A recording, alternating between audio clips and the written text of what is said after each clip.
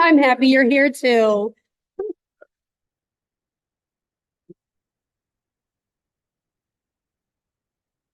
Oh, I'll start off, tough weekend.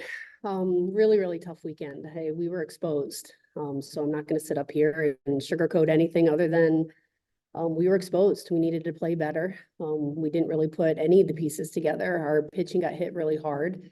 I felt like our defense fell apart, and that's usually the strength of our team. We didn't make plays when we needed to, and when you're playing against a top 10 team, you can't give them more than 3 outs. And there were some innings that we were giving them 5, 6, 7 outs because we weren't making plays behind our pitching staff.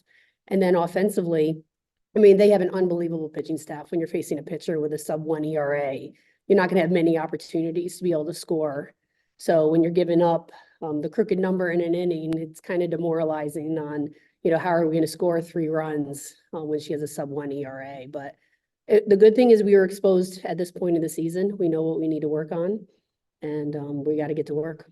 Where in particular do you think that Tennessee really exposed you, kind of just in your approach and kind of how you go about it? 2 different things. The first, in terms of our pitching staff, they didn't miss our pitchers' mistakes.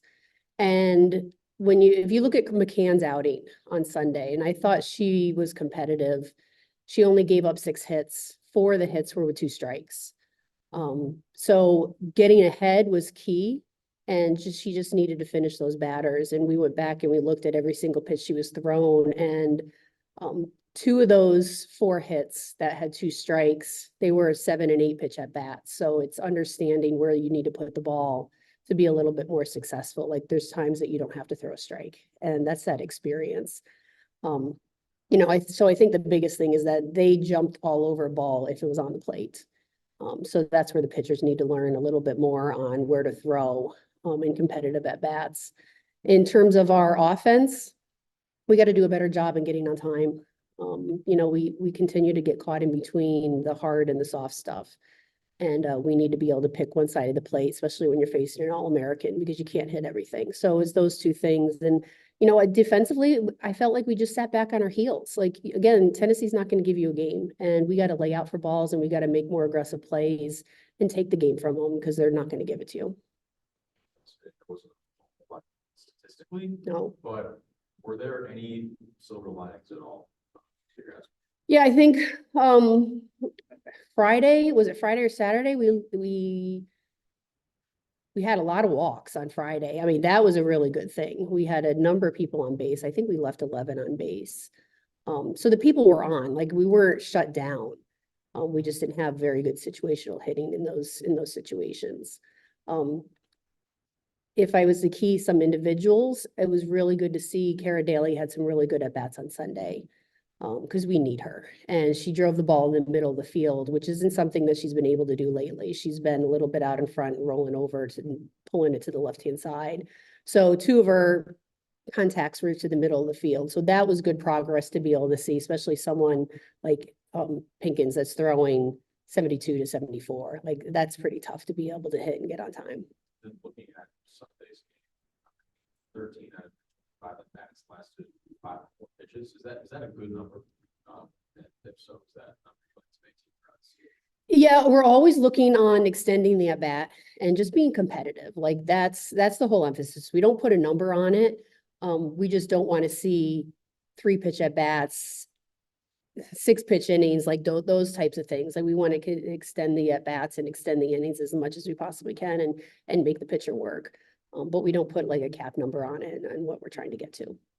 How do you kind of utilize this week in particular to kind of mimic those game situations that you'll face when you face a team like Tennessee or coming up LSU? How do you kind of use this week to kind of rebound and just kind of make sure you're on pace for an LSU team? In these past few weeks have been really, really tough for preparation because we've done so much travel. So we haven't really had a lot of practice time. And talking with our coaching staff, like we're not getting a lot of live situations and repetition in. It's literally take some reps and hop on a plane. And so that's been really tough in terms of our preparation.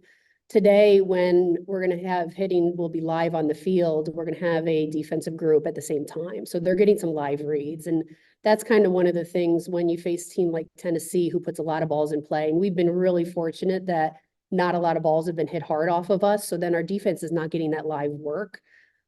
So today we're going to do a lot more live defensive repetition off of batting practice. And then when we have our team segment, we're going to do some live machine scrimmaging. So the more balls will be put in play so we can react more at game speed. You talked about the last week. Airport's top route. You talked a little bit about the preparation, the evaluating that. Is there anything about any of the pitchers' preparation that you want to continue to reevaluate?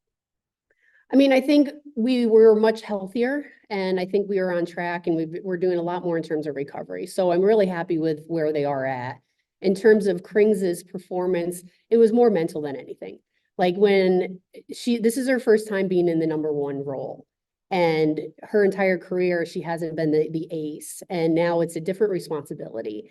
And that Friday game, when the defense isn't making the plays behind her, it gets a little demoralizing as a pitcher where it's like, you know what more can I do? They're not hitting the ball hard. There's bloops that were not being caught. What more can I do? Because it's really hard to strike out a lot of Tennessee batters. And immediately a pitcher wants to be relieved, you know, if they've never been in that situation before. So the conversation on the mound was, I'm not coming to get you. You got to battle your way through this. So it was challenging her to be able to overcome some of that adversity that she was facing. So it's a good experience for her. And we had an awesome conversation yesterday on what it's like to be the #1, what it's like to be the leader. Like everyone's looking to you and the team needs you to have your A game every single day. And it doesn't mean you're going to be striking out double-digit people. It's going to be you're competitive every single game because that's what they need in order for them to feel like they have a chance. And when the #1 pitcher doesn't feel like they can win, then the rest of the team doesn't believe as much. So it's just getting Krings to have that same persona every single time she's out there and not knowing and not experiencing and showing some of that adversity that she might feel in some of those moments. Oh, yesterday's conversation was awesome. Like Friday, obviously upset. Like no one wants to get their butt kicked in, you know, but you got to experience it. And the conversation was, I'm not relieving you. Like you need to figure this out. You need to grind through this right now. You're going to be okay. And then obviously she's upset and no one wants to lose and no one wants to feel embarrassed. But yesterday's conversation was really healthy and really good in her understanding, yeah, the team needs me. I want this. I'm getting back to what got me as the point where I was in the beginning of the year. So it's kind of like just a reset. Yeah, even though Sierra had kind of a shakier outing this season, what has kind of stood out to you just about her development as a player, and what kind of makes her unique in the locker room for you as a coach, different from maybe some other pitchers you coach? Yeah, Sierra, when she went in and she knew she had Saturday start, I had asked her in front of the team, what are you going to do? And she just said, I'm going to compete my butt off. And that's what she does every single day. You just love to work behind her because she's going to give everything she has all the time. And she became very frustrated with not getting some of the calls that she thought were strikes. And she had not experienced that. So it's our pitching going through some adversity that they don't have control over and how to be able to counterattack it. And then again, like great growth that the two of them had. And same with Marissa McCann, like such great growth in being able to be exposed in some of those things. And how do you counter when things aren't going your way? And with Sierra, she was dominating the inner half. And we all thought they were good pitches that should have been called, and they weren't. And those are things that are out of our control. But Sierra has to know how to be able to move the ball a half a ball, 2 more inches to be able to get some of those calls rather than stay in the same spot to get the same result. What's kind of impressed you just about her growth as kind of an individual player, especially in the past year? You know, I think it's that maturity to be able to do what is asked of her to do. Last year, if I was to challenge her, she didn't really know how to be able to handle those situations because it was all new. And then now explaining, okay, this is how you counterattack an umpire, or if a batter's in a spot that you're not very comfortable with, or what have you, this is how you counterattack it, but you have to continue to say, I'm better than you. My stuff is better than you. So even if I have to throw a little bit more on top of the plate, I still have good enough movement to be able to get easy outs. So it's that self-talk and that self-confidence that last year it would be a little bit more doubt and unsure just because she wasn't that experienced. Your team is very high energy all year, and that's you're winning a lot of games, but how to assess response. Either it's consecutive games like y'all experience. So I will tell you, Friday's game, as loud and energetic as Tennessee's crowd was, our dugout overpowered Tennessee's dugout. And it was deafening when I was in the third base box to hear how much energy that our dugout had. It was awesome. And they maintain that. They continue to have that energy the whole way through. And this team has realized that the energy in the dugout feeds the energy on the field. So they need to be able to bring it. I mean, we were down quite a bit, but when we're down, the dugout is still trying to pick pitches and still keen changeups and still doing those things to give us an opportunity to be successful. So there is no quit on this team. We just have to continue to battle and continue to compete. The heads of I'm gonna first give a shout out to all the bullpen pitchers. Like, this bullpen is unlike any other bullpen in terms of competitiveness and support of each other.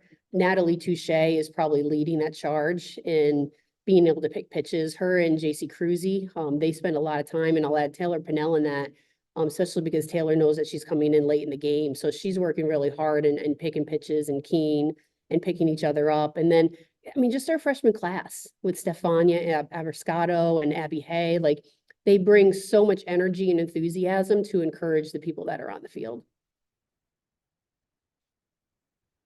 Questions on Zoom?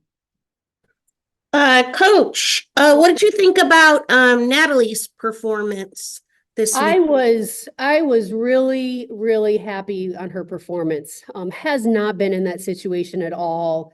And I was nervous to put her in those situations because, I mean, going into it, teams were a bit hitting 400 off of her in the one outing that she had. And, Tennessee scoring at everything in a home run. It's like, okay, I don't know what Natalie's going to be able to accomplish here, but she came in and just dominated. I mean, her enthusiasm was great. She kept the ball down in the zone.